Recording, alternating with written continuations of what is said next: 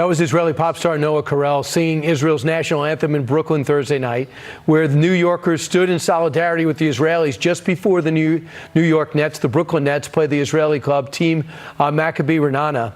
The Israeli team was only here in the U.S. for 3 days of their tour before tragedy struck in Israel on Saturday. In spite of it all, they are playing their hearts out against the Nets, who will play the Cavaliers on Monday, sparking hope for those watching at home and knowing the horror that awaits them. With me right now is Maccabi Ra'anana head coach Yehu Orland. He joins us from Cleveland, where his team will face off against the Cavs in 2 days. Coach, what's going through your mind right now? I don't know how much you could be focusing against basketball, but for your career, it's one of those pivotal moments. Coming to play an NBA team is great, but how can you keep your mind on that, knowing what happened on Saturday? Right now, I'm not thinking about nothing about my career. You ask me what is in my mind, I think the right answer will be more what is in my heart. My heart is broken.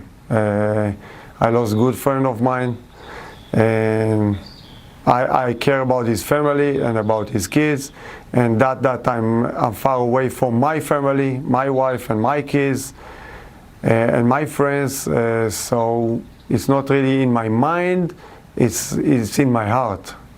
So about basketball, yeah, of course it's hard to focus on basketball in those moments, but I choose that profession, and I will do it the best I can.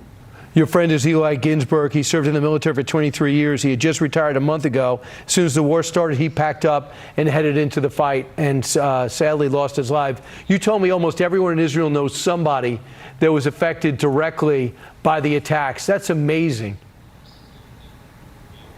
That's amazing and sad. It's really sad.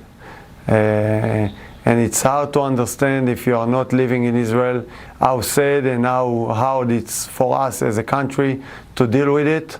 And you know, people ask me why we stay and play, that we say that our body is in United States and but our mind and our heart it's in Israel, is because we need to give hope for those kids, for those babies, for those young people that live in Israel, and to show them that we are a strong country, and in Israel there is strong people that have to go forward through this hope.